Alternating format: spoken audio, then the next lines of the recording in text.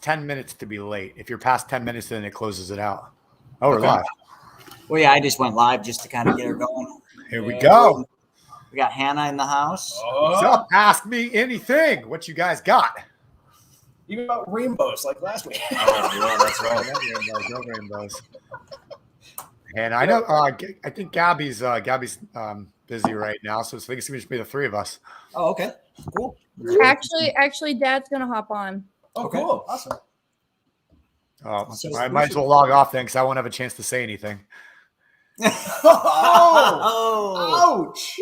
Oh! Welcome to my life, Steven. I literally sent the editing or the footage over to the editor, and I said, "Hey, can you like put the stuff from the end in the beginning so that like people that are watching the YouTube video like get like the inflation part first, and that stuff it's all good stuff, but it's just like people have very short attention spans these days. Who was that one guy that was like kept commenting, is this going to get to the point? Who was that? He's a guy. He just has that personality, to be quite honest with you. Yeah, I was nice. I wanted to call him out. We all put on our pants the same way every day, you know? Sometimes You guys drinking? All right. If I must get a beer, I will. Isn't it a happy hour?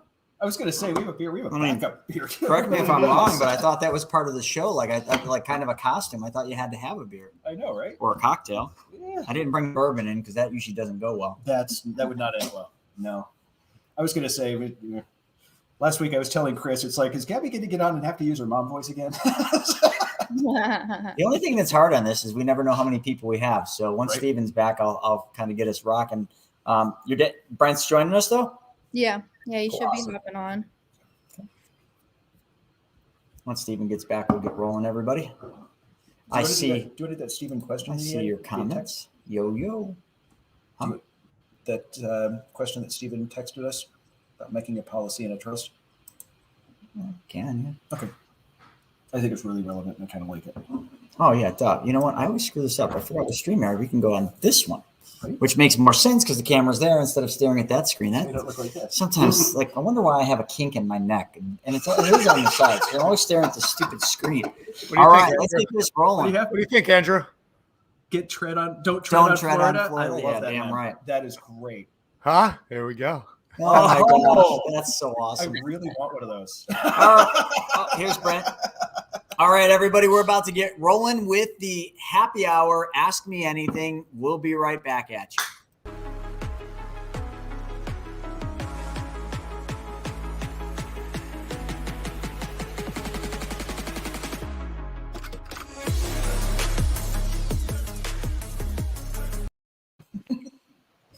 All right, we're at it. There's Brent. All right, so we're rolling. I'll be right back. So, folks. All right, let's take a look here. We have two pre-submitted questions, and Steven, that question you asked us on the text today, I would love to have that one answered too. So that was just a really, really good question about trusts and mechs. So I guess take this one over. What should happen first? Let me just make, at least they're on. This one is from Jack from Hamburg. I think the chicken crosses the road. I think the egg has to be laid first, then it crosses. I don't know. Paying off all the debts or jump right into a first position HELOC to pay off all debts, including the mortgage, and then use the equity to pay off debts and bills, thus recycling the money until there is more to invest in the Be Your Own Bank system. Is Joseph in the house? I think so. Hey, Joseph. We need you. HELOC. He's our experiment, right? we can answer that, but I think Joseph is very, very knowledgeable on HELOCs because that's what he uses all of his policies for. True. We got a question for you. Coming up. We got a quick question for you about HELOCs. So Guy is asking, what should happen first? Paying off all the debts or jump right into a first position HELOC, pay off all of his debts, including his mortgage, then use the equity to pay off debts and bills, thus recycling the money until there is more to invest for the BYOB system. Get 80% of the HELOC, pay off all your debts, including the mortgage.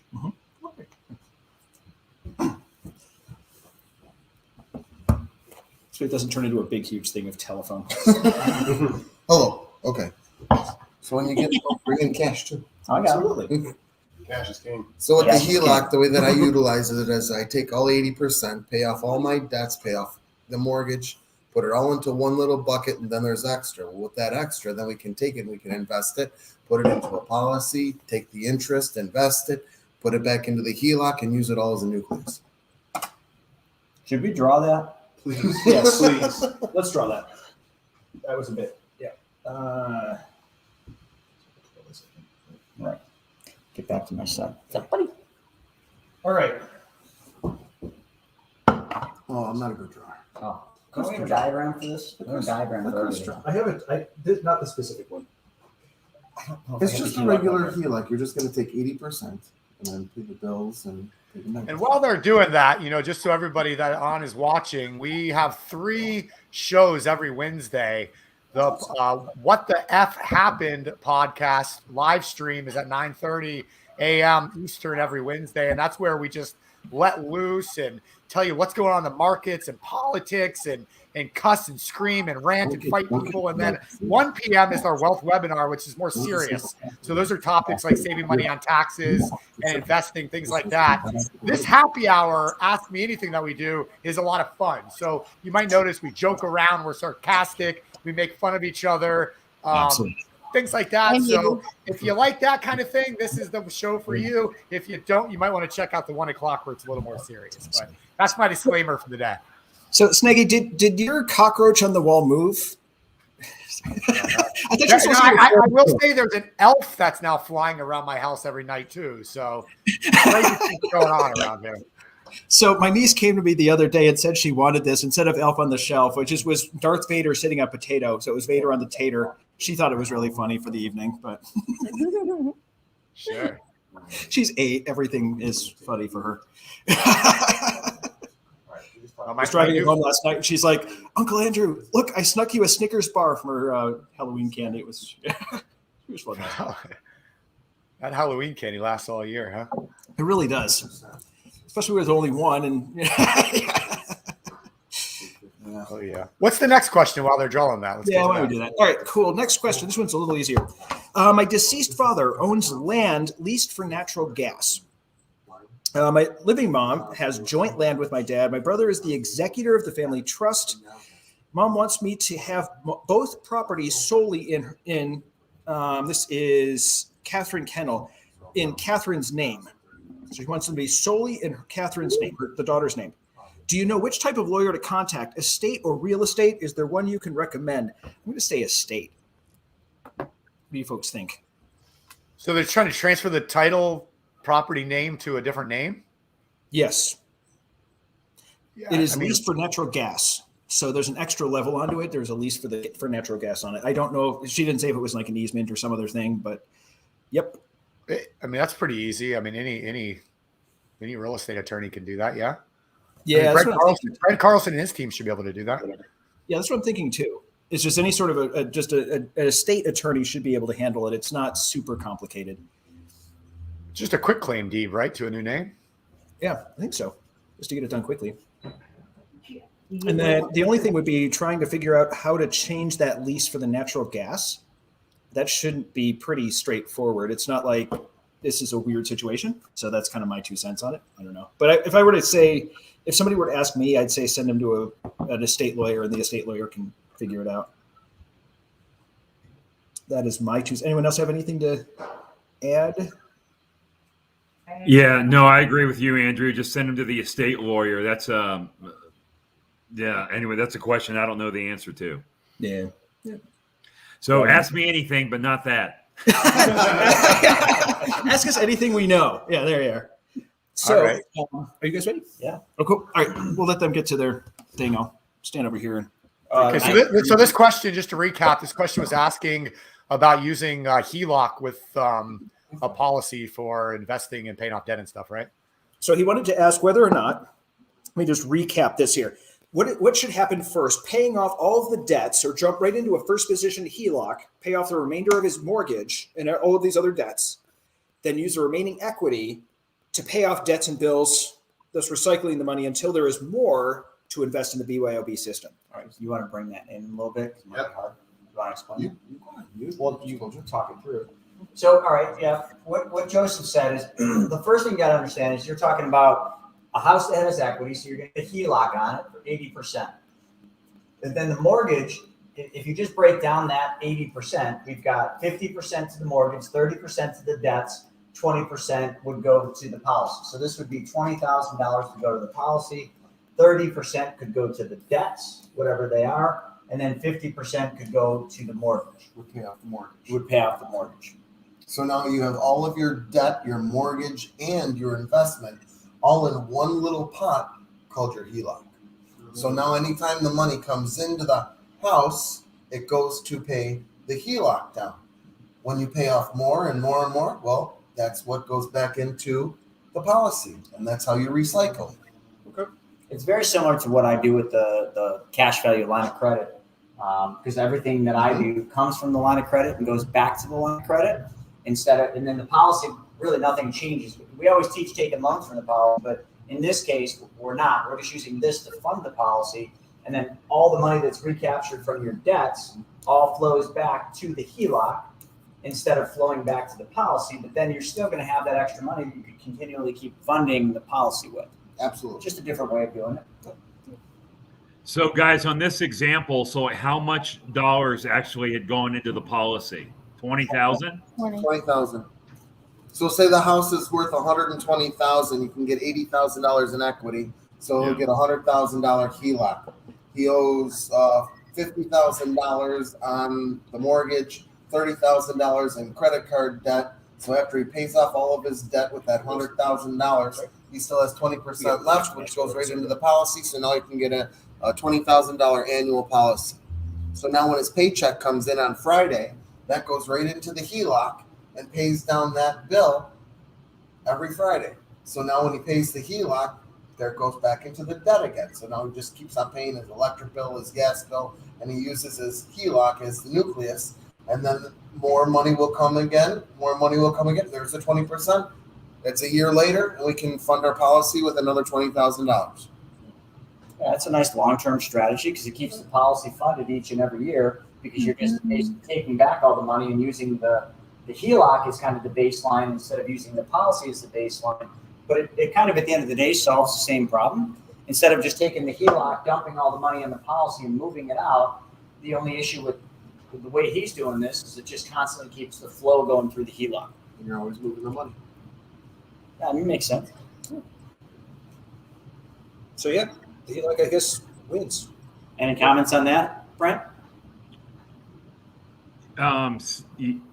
So no, and Chris, so I would say too, so in our book that we wrote, Mapping Out the Millionaire Mystery, we kind of go into a HELOC example. I believe it's on page 127 as well. So page 127. So if you guys don't have that book, the thing we can do is we can email you that book. So the e-version of it, just email, I guess any of us, email me, Brent at themoneymultiplier.com or Chris at themoneymultiplier.com or Hannah at themoneymultiplier.com. And the thing that we can send you the e-version of that ebook.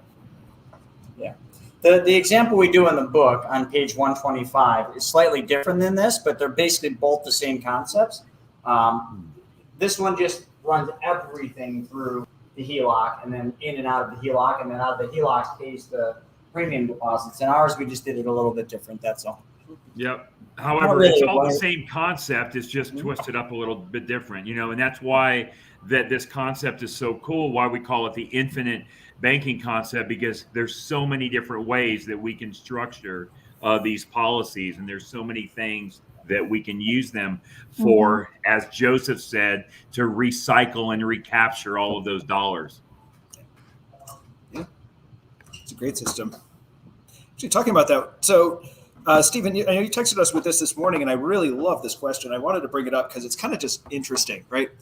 So if somebody had $4 million to stick into a policy but only wants to do a one-time dump in, then start pulling loans to live on for the rest of their life, could they stick it in a trust, turn the policy into a MEC, and then the taxes don't matter because it's inside of a trust, inside of a tax-free environment where that makes no sense to do?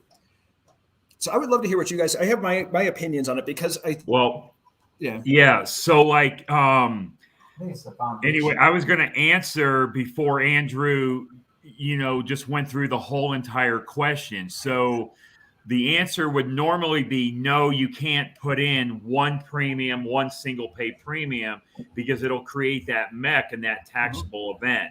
However, since he threw in the trust in there, then it is possible, because it doesn't matter if the policy MECs if the policy is in a trust. And I'm assuming whoever asked this question already has a trust, and hopefully they're practicing what we call the 1041 tax structure. It's me that asked the question. They don't yet, but we definitely. I've already referred them over to Solomon, and they're already talking. Yeah. So I would definitely talk to him about that question and how it's going to affect the policy. He is very knowledgeable. Suleiman Himani. He is my tax professional. He is who I use for all of my taxes, and also my daughter Hannah on the call. It's also her tax professional as well. So he is very knowledgeable on this 1041 tax structure and how to and just how to have the trust to own the policies. And then when the trust is owning it, because these are the trust that we're doing it in is not just an ordinary trust. It is a non-operating complex trust. So it is a specific type of trust. It's kind of like when we do our policies. It's not any whole life insurance policy. It is a specially designed, specifically engineered whole life policy in a mutual company that pays dividends. The same thing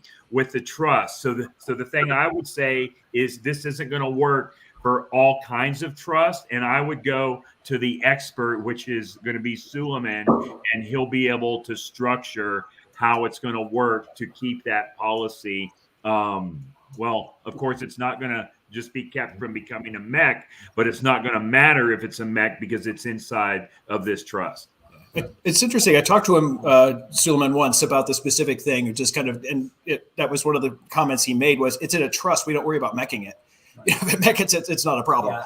I think the difficult thing is what Brent just said is when you say trust, a lot of people just think, oh, I have a trust. I can just do this. It's it's a very specific kind of trust, and you better have a good attorney and a good CPA that know how the rules of this work. Otherwise, that MEC will become a really big deal if you do this in the wrong kind of trust, because then that will be taxable, and that would really suck. He's really big. Suleiman's really big into complex charitable trusts.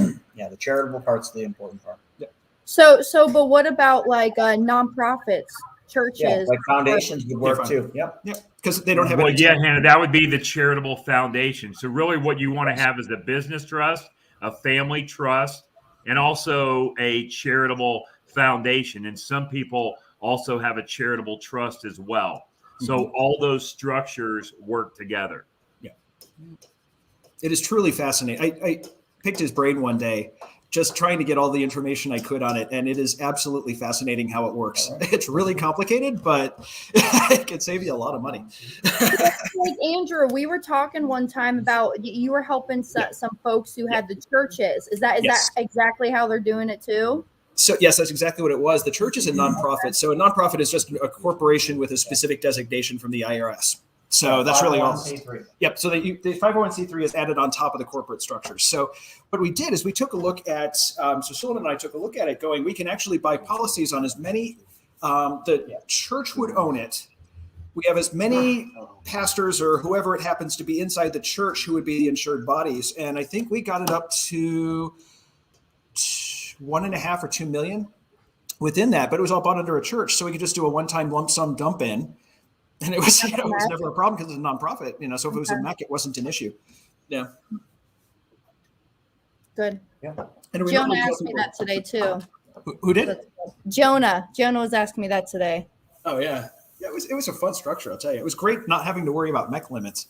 It felt like being free. We're so worried about it. It's like I can do whatever I want. All right. I see a question coming in through the chat. Are you guys all done with that last question? I guess so. Yeah. Okay. If someone has 5 rentals, is breaking even on mortgage rent, and has one property paid off completely, can they do a HELOC on the equity of the 5 properties combined, or would it be better to leverage the paid off property to pay off another than rinse and repeat? I I would say that number one depends fan. on the, I would say that depends on, like, so is the bank going to let you, combine all of those properties together and give you one HELOC? So it's really going to be up to whoever the lender is on the HELOC. Now, if it's me loaning you money, yeah, I mean, I would combine them all up into one. I would wrap all those properties into one. But the bank, may make you go through separate transactions. And I'm assuming they will. I'm assuming that only one property can have one HELOC on it. I don't know, Chris, you might know different. Yeah, so it depends on the structure. And, if it's in your personal name, for sure, it's going to be, 1 for 1. But if it's in a corporate name and you do a commercial loan, you could actually, kind of like what he talks about, you could actually do all of them bundled together and then just do a commercial. It's kind of like a HELOC, but it's actually a mortgage. They'll bundle all the properties and give you access to that. But the only people I've seen that do that are community banks. And, you're going to have to search for the community bank that would do that. Otherwise, you're probably going to have to do separate lines of credit on each one. But you can bundle them together if the bank allows that. I've seen that done. There's also something, though, depending on how many, if you're one of the people that uses an LLC for each individual property, that would be different. Yeah, it'd all have to be under the same LLC. Yep. We're going to add that in there. Mm-hmm. Do we have any more over here? No, we're good. That's all we have as far as this. I have a question. Cool. Someone asked me today. Yeah, beforehand, if anybody has questions, just put them in the chat box, please, so we can answer those for you guys. Yep. Or the comments. Put them in the comments. Yeah, the comments. So I sometimes get this question a lot. So why would I start my policy? Let's say I'm doing a 10,000 annual premium. Why would I put 10,000 into the policy and then in year 1 only have 5,800 that I can take out and start using? Why wouldn't I just want to take all that 10,000 and just go directly to pay off all my debts? Because you're paying off debts and that 10,000 is earning dividends. I mean, is earning interest. It's like, it goes back to the analogy I like to use where, let's say you have a savings account, you've got $10,000 in that savings account, you pull out 5,000 to pay off your debts. How much are you earning interest on? 5. That's the normal way. What happens if we had a special savings account? You take $10,000, to have $10,000 in it, take 5,000 out to pay your bills. You're still earning interest on 10,000, the whole thing. And oh yeah, by the way, you're earning a hell of a lot more than you would on a standard interest. So, yeah, I guess. Can I add one thing to that? Sure. One thing too. So when you look at the presentation, the money multiplier presentation, and you start studying infinite banking, I really think that there's 2 important facts that have nothing to do with infinite banking, and those are mindset. Like, you have to understand money and how money works. Like I was talking about this morning, like we always hear the word more money, more problems, right? You always hear that, more money, more problems. It used to be a song and all this stuff. It's no money, more problems, first off, right? I mean, so it's just, you're not understanding how money works, but just having fun with that. But that's one of the things that we say in the presentation is you got to change your mindset. And the other thing that we say that's very, very important is this is not a sprint, it's a marathon.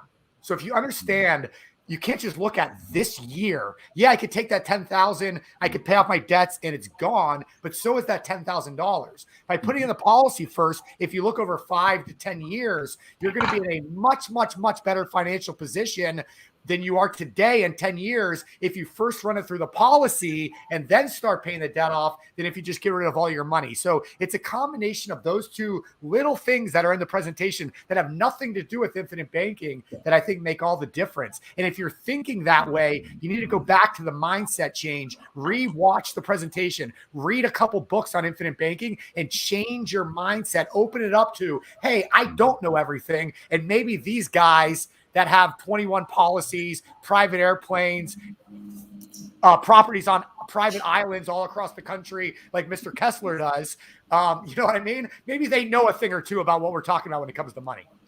Absolutely. Well, and I would brush up on the opportunity cost. A lot of people don't talk about the opportunity cost of the dollar, but if you just send it out the door, you're losing all of the future opportunity costs because it was in your pocket earning you interest, and now you just left it out the door to go and pay the credit card people, and now that money's gone. You have to save up, earn it, or work to go get it again. I agree with what Steven says. The thing that you got to think about is that if you just take your money and you pay off that debt or expense, that money is gone. It's left your family forever. It's gone. When you put the money into the policy first and then use the policy to pay the debt, the expense, the investments, now, as Andrew said, all of that money is in the policy. It's all growing inside of that guaranteed tax-free growth rate. The government is completely out of your hair. So basically, all the money is still in the policy. It's earning the interest and the dividends, and you're using the money as well. And as Steven said, this is not a sprint, it's a marathon. So if all you're going to do this is for the short term, if all you're looking at is the next 2 or 3 or 4 years, then you should probably hop off of this webinar and get on another webinar, because this is not about short-term thinking. This is one simple step that you're going to add into your financial life, not change. I mean, I don't want you to change your cash flow. I don't want you to work any harder, take any additional risk, or lose control. All we're doing is adding one simple step in your financial life. And what we're doing is we're putting money in the policy first. So yes, you would be ahead in the first year or the second year if you took that money and you just paid off the debt. However, of course, you wouldn't be ahead if you died early, because there wouldn't be any death benefit, right? So it's not about short-term thinking. This is the long term. The policy gets better with time. Today's better than yesterday. Tomorrow's better than today. That's not me telling you that. That is inside of your policy contract. So before you ever sign and pay for your policy, you will see that in your policy contract. Every day gets better. So the longer it goes, the better it gets. So this is about you keeping the money that you're making. And yes, you're going to pay off the expenses, the debts, the investments that you have, but now you're recycling and recapturing the money. This is the same concept that Robert Kiyosaki teaches in the book called Second Chance.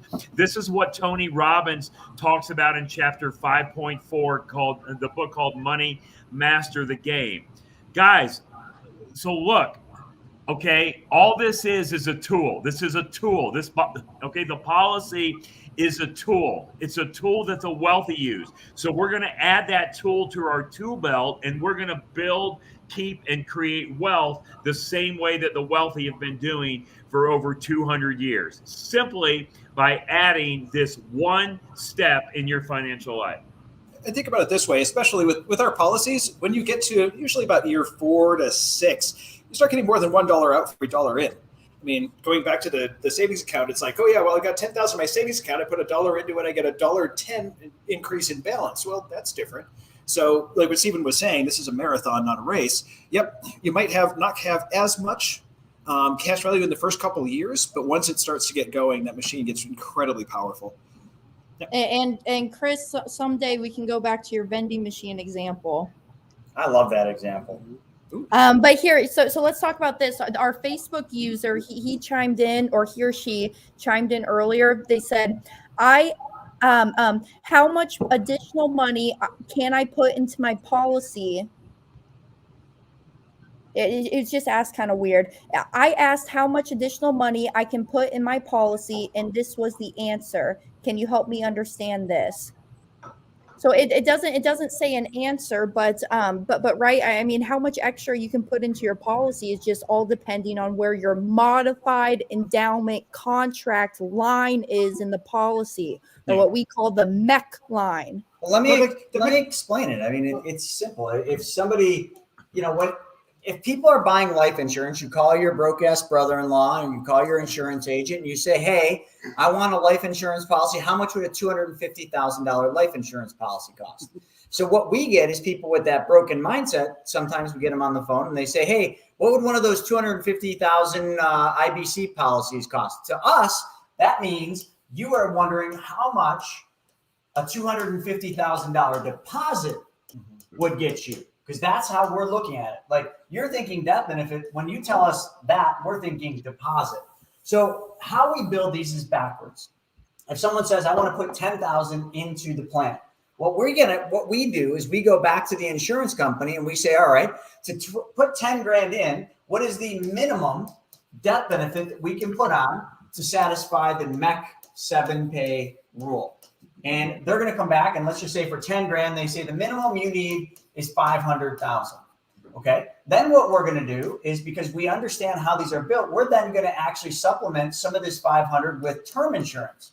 This is why I always say, like, Dave Ramsey should bring us on his show and like show us the freaking respect we deserve, because we're doing exactly what that son of a bitch says. We're using term insurance, Dave, because it's cheap, man.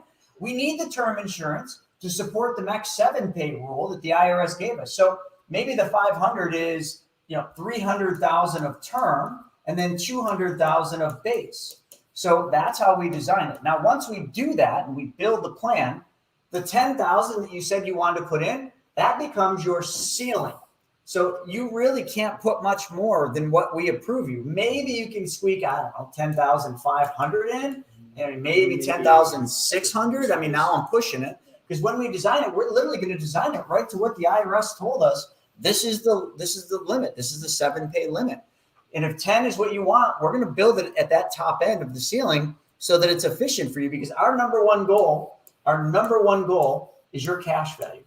We're trying to basically make this plan as efficient as possible, reduce the fees as much as we can by using term, and then hit the guidelines that the government gives us by basically building this thing completely backwards. So if you built a plan at 10 grand, well, I'm answering this right, 10 grand's probably the most you can put in. You might squeak in a little bit more, but that's going to be pretty close to and the good news is the government actually for once made a positive change for us and actually said that with the new 7702 guidelines, we can put more money in policies with less death benefit without mecking them. So thank you for once.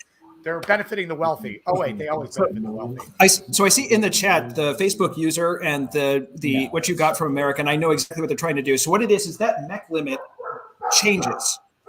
It is not stable. It's not like you're only going to have $250,000 in death benefit every single year it changes. So what happens is maybe after 2-3 years, we come back, we can ask them, how much extra can I put in? So for my 10,000, maybe this year, because the MEC limit's gone up a little bit or something else has changed in the policy, I might,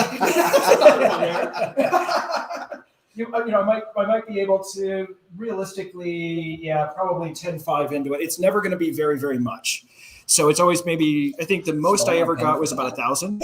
So yeah. It was not. Sorry, I'm on beer number 2. I'm going to start getting a little bit wild. It's all good. Stealing my. But the MEC limit. So you can't do it. We can't add a little extra into it. Very frankly, it's never going to be a whole lot of money at this point. If somebody asks me that question, I will tell them, yeah, it's probably going to be an extra $500 a year. Why don't we look at policy number 2? Honestly, he had a bunch of comments there, Hannah. What is he saying here? That's what they're saying. This is what they were pasting in from what the insurance company said. It said additional PUA rider up to 17. All right, I muted them for you, Hannah. There you go. Back. That's it though. So the MEC limit is just a moving target, right? So each and every time or year that you're making premium, the MEC limit gets higher and higher. So basically at this point in time, your policy is only going to be able to hold that extra $1,750 inside of it. I said, this is me personally, I would dump in the extra $1,750 if you have it, dump it up to the MEC limit. And then when you find yourself having extra capital that you want to warehouse in the policies, start your second policy now. All right. Anyway, I got to chime in on this because I saw that the comment was, or I heard the comment was, is that they called the insurance company. Wow. I would not recommend you guys calling the insurance company. Now, you can if you want to, but you got to remember that people at the insurance company do not really understand the infinite banking concept. So when you're talking to them about policies, they're just looking at the black and white policy. So call us on your team as your servicing agent and let us get those answers for you, because the MEC limit is always a moving target. All right. Like I tell people all the time, if they start a policy and they put in $1,000 a month and all of a sudden they're trucking down the road, they're putting in $1,000 a month and they're like, man, this is working really good. I want to now put in $2,000 a month. Well, okay, that's fine if you want to put in $2,000 a month, but it's going to have to go into another policy because each policy is a contract and you can't overfill the contract. So in other words, you can never get 12 ounces of water in a 10-ounce glass. It just will not hold it. So we got to start another policy. So don't call the insurance company, call us, because we know the right questions to go about and ask the insurance company, hey, how much will this policy hold? Because it's going to change at any given time. So yes, if there is extra money that you have that's just there and you're like, hey, let's see what I can get in the policy, then absolutely go ahead and try to get it stuffed up to the MEC limit.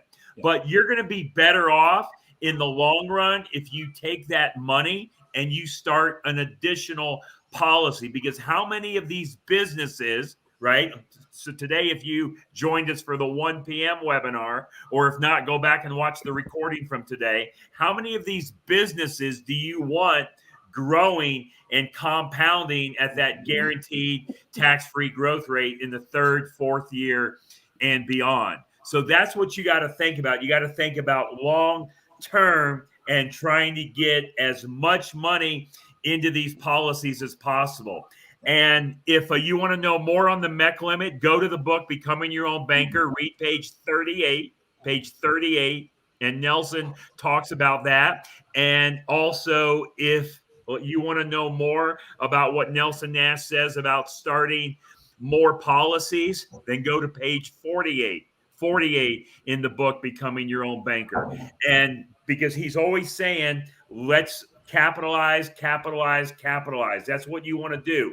Don't be afraid to make deposits into your banking system. I don't think all you guys are afraid to make deposits into your conventional bank account, are you? No. So don't be afraid to make deposits into this banking system that you own and control. And I think that's one thing. I used to have that trouble all the time when I would call customer service for any of our clients for just all of this, any one of the companies. I think there was one customer service agent who actually understood infinite banking. The rest of them had no idea. And I'd end up having to explain it to them. So yeah, if you're calling the company, okay, please call the mapping team, call your mapping specialist first.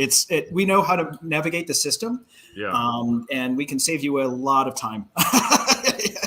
Yeah. A lot of time and frustration.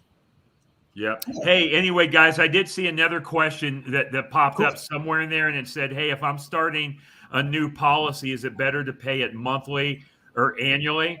Well, it depends. I mean, right? It's completely up to you. However, if you have the ability to pay annually, then pay annually, because now you got all the money in there now, and it's growing and compounding. And then also you can borrow out the full amount of the availability if you pay it annually. If you pay it monthly, it's the same thing, except it's going to take you 12 months to get it in, because you're putting it in 1/12 at a time. So your borrowing power is 1/12 at a time. But with that being said, go ahead and pay it monthly if that's the way you have to do it. I will tell you, when I first started my very first policy in February of 2008, I started my first policy at $2,000 a month, because I did not have $24,000 just to dump in it right away. I had to start paying it monthly. I started my second policy, my third policy monthly. Now, fast forward, I have 19 policies. I'll have 22 policies by the end of this month. Okay. All of those policies I now pay annually. I pay them annually just because I can pay them annually, but it doesn't matter how you do it. You can pay it monthly, quarterly, annually, or twice a year. Biannually. Yeah, a lot of people. Yeah, I think that's a great way to say it. With so the annual, if you can do it. Like for me, I just opened my 8th policy and it's monthly. It's because I put my money out, my money goes to work for me, and it creates a monthly income. Okay, the interest comes back monthly. So I take as much of it as I can. I put it back in the policy, but there's always a float, because if I'm borrowing it, let's just say 3 with the line of credit, and I'm making 12, I can't put all 12 in. So that excess is how I started my 8th policy. So, but that's monthly. And a lot of people, frown at the extra load that the insurance company charges for doing it monthly. And it does cost a little bit more to put it in monthly. But you know what? If it fits with your cash flow, why does it matter? People make such a big deal of such a tiny little fee because they're talking about cost. They forget about the value. The value is just get your damn money in the policy. If it costs you a little toll to get the money in there, you don't bitch at the state when you got to pay the toll. I mean, Steven's always, touting Florida, but man, how many toll booths do you go through every day just to go to the grocery store? Six per mile? You can bitch about it, but I don't ever hear anybody complain about that. But I sure hear a lot of people bitching about a tiny little toll that the insurance company charges to put your money in monthly instead of annually. It's like, I don't know, man. Well, and you could always change it. I mean, if you I think start we off all should monthly, just move to Florida, right? For a lot of and reasons. nobody be bitching about like the load the insurance company charges. They'd be bitching about the tolls they got to pay every 1/4 of a mile or whatever it is out there. Like avoid all of the tolls, right? Yeah, that's what you use Google Maps for. Avoid tolls. Where do you get this toll stuff from, man? There's not a single toll anywhere near where I live. I don't know, man. When I land in Orlando and I drive to Orlando. That's why I stay the Yeah. fuck away from Orlando. Orlando sucks. It says it's Orlando because Orlando. Get out of Orlando. Orlando's not Florida. Orlando's I'm not sorry, I Florida. didn't know Orlando sucked. It's just where they damn fly me in. It's an hour from Port Orange. So Orlando is a Disney World. Orlando's not a real place. Get out of Dude, Orlando. I barely It's not Florida. get out of the airport and it's like toll I over. know, right? I made the mistake one day. They asked me, they said, "Do you want one of the toll things?" And I'm like, "No, I'll just pay." I mean, it's just, how much is it? It's like $1 a toll. Dude, it felt like every 1/4 of a mile I had to pull off and put like Just a have buck or New whatever. York. Just keep your mask. Make sure you have your vaccine. 5 toll barriers. It was crazy. It's crazy.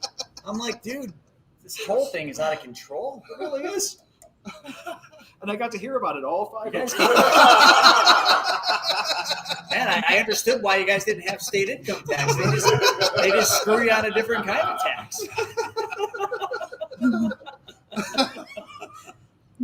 Just put your mask on, Chris. Get your vaccine and shut up. Okay, you're good. Yeah, we're not going to go there. Sure. I am protesting the masks right now. If anyone would like to know, they can piss off here in New York, bastards. So Right here, did man, we right here. answer- There did you we go, answer- son. There you go. BK didn't see this earlier. Oh no, I didn't see that. I do love that. There you go, BK. All day There you long. go. baby. That's a beautiful thing. All right, what is that question there from John? If I get a large sum of money at beginning of year 2 of policy that he currently pays monthly, can I dump it in and switch back to monthly in year 3 if I wanted to? We should all So do Hannah, I want you to answer this one. No, we all answer it. We go like this. the bobblehead. Yeah, I've John. done that. Yep. I've done that. Yeah, John, just remember the premium can be paid monthly, quarterly, twice a year, annually, and you can always change the mode of how you're paying it. So the only thing that you can't do is you cannot pay the premium in advance. So for example, if you wanted to pay when you started your policy, right? Like if you wanted to pay up 2 years of premium, you can't do that, but you can always change the mode for that current premium cycle. I got a Hey, question for everyone. Wait, let me make a shout out real quick. Miss Cindy, I'm going to call you later today and you're going to answer, all right? All right, I'm done. All right, so I got a thing. Like, how many of you that are on here right now know that we have a Facebook group called the Infinite Banking Group? It's a private group. We have to allow you in. But how many of you know about that? Because all of you should be on here. And like, if you ever have questions at 3 a.m. and you're just like, oh my God, I just woke up. I can't stop thinking about this. I need this question. Post it on here. Someone will be up at 3 a.m. to answer it. I don't know who, but somebody seems to always answer the questions, and you'll get a whole bunch of different insights. So, right now there's over 2,000 members, but definitely if you guys want to be part of this, go in, fill the questionnaire out. If you miss any of the questions, you will not be admitted. I'm just being honest. We are being very strict who we admit because we got some hanky-panky going on in there. And if you don't answer every question, then don't expect to get in. But it's an awesome group. There's just a whole bunch of people that are using this and also other agents in there, other people that do what we do from different companies that can kind of give insight too. So definitely a good resource that you all should get part of. And also, there's a bunch of Facebook groups, but that's definitely one that's appropriate for this. Mm-hmm. Are you posting the YouTube videos over there? We can do that. Yeah, I think so. I think we are. I don't really do all that. I mean, that's our YouTube coach. Yeah, I know. Right? I think he's hinting at this. Yeah, I answered that one wrong. Yes, sir. Yes, sir. We sure are, sir. We won't miss that, sir. Damn it. Gotta get on this, man. Drop and give me 50. All right.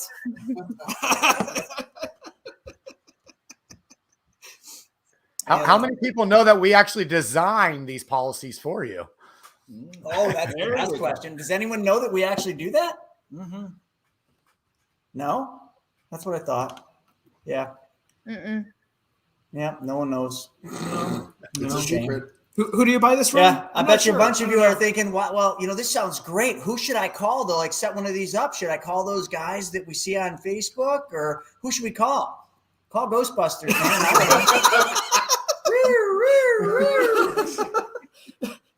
Wait, no. But somebody chimed in and said no. So who do I go to if I want one of these policies? Call Curtis Ray.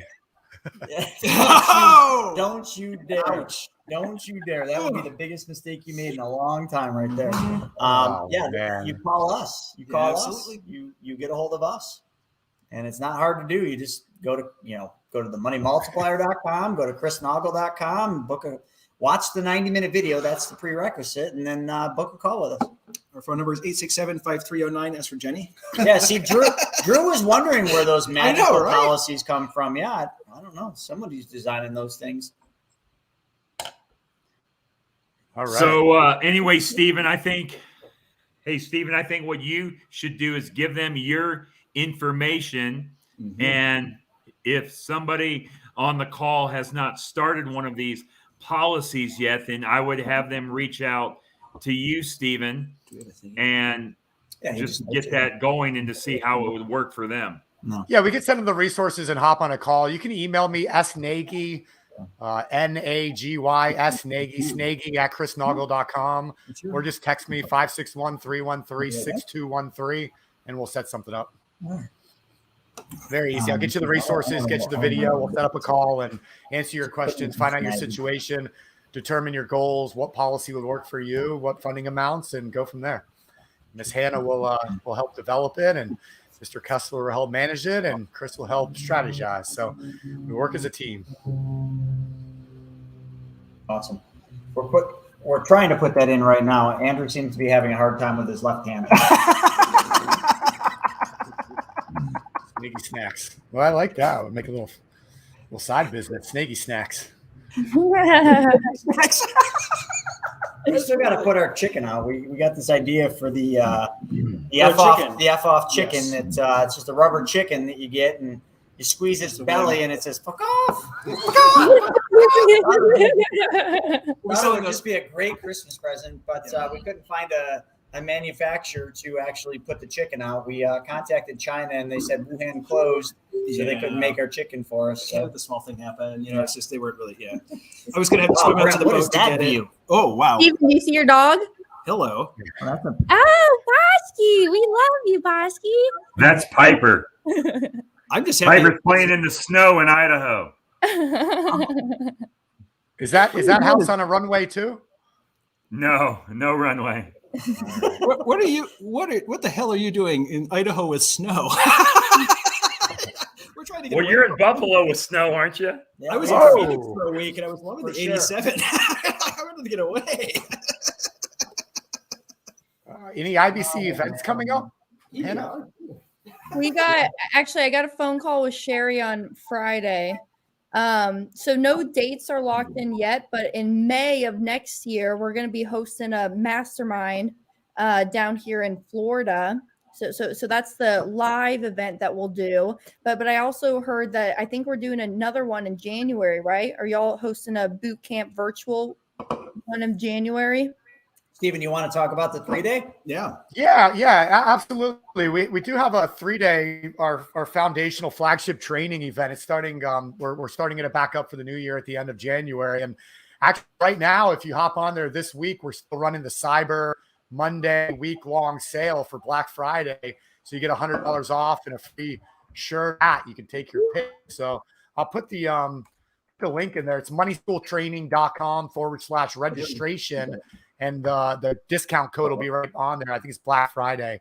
So use that code to get $100 off and a free shirt or hat, which would be pretty cool. But that's a really good training. If you're looking for new ways to use your policy, alternative investments, things like notes, investing in mobile home parks, apartments, real estate investing, just different ways to use your policy to create passive income and to build and grow wealth. We talk about tax strategies, and it's a really solid training. We get deep into how banks work, how to take advantage of banks and leverage banks, along with your own private bank and how it all works together. So yeah, definitely check it out. And if you've never been, or if you've been in the past, you might want to come again, because we'll have a lot of new content, a lot of new things for 2022 that we'll be talking about. So hop in there. That's a really good training. I think the Experience Mastermind, is that sold out, Chris? We might have like 2 or 3 seats. Not many. Yeah. So that's our live mastermind that we do, and it's out in Sundance, Utah in March. We're going to go snowboarding and ride snowmobiles and things like that. But that's a really good event. If you want to network and learn from some of the best of the best. I mean, we'll have billionaires out there with us for the few days, for the weekend, and it'll be a really good one too. We might have 1 or 2 tickets left. Just email me on that. I can send you the info if we have any seats left. It's snaggy@chrisnaugle.com. But that event that Hannah's putting on and the Money Multiplier is putting on in May will be the next live event. If you guys are looking for something like that, which will be super powerful. And with the Experience, I just want to make it clear that if somebody doesn't want to snowboard or ski, the lodge is awesome at Sundance, and they got hot toddies and all the beers and all the wines and everything. There are people that literally have made a career out of just hanging out in the lodge. So like it's a thing. So if you don't want to get on the hill, no problem. The lodge is probably more fun anyway. What do they call them? Lodge lizards? That is it. Lodge lizards. Yeah, that's exactly what I forgot about that. Yes, that is what they call them. Lodge lizards. And believe me, I've met many, many, many lodge lizards before in my life. They don't ever go on the hill. But man, do they make for a good time in that lodge. Do we have any other questions? No. All right. So thank you all for joining us for another happy hour. Ask Me Anything. To all you lodge lizards, go out there and get your lodge on. We'll talk to you next time. Cool. Bye. Cheers.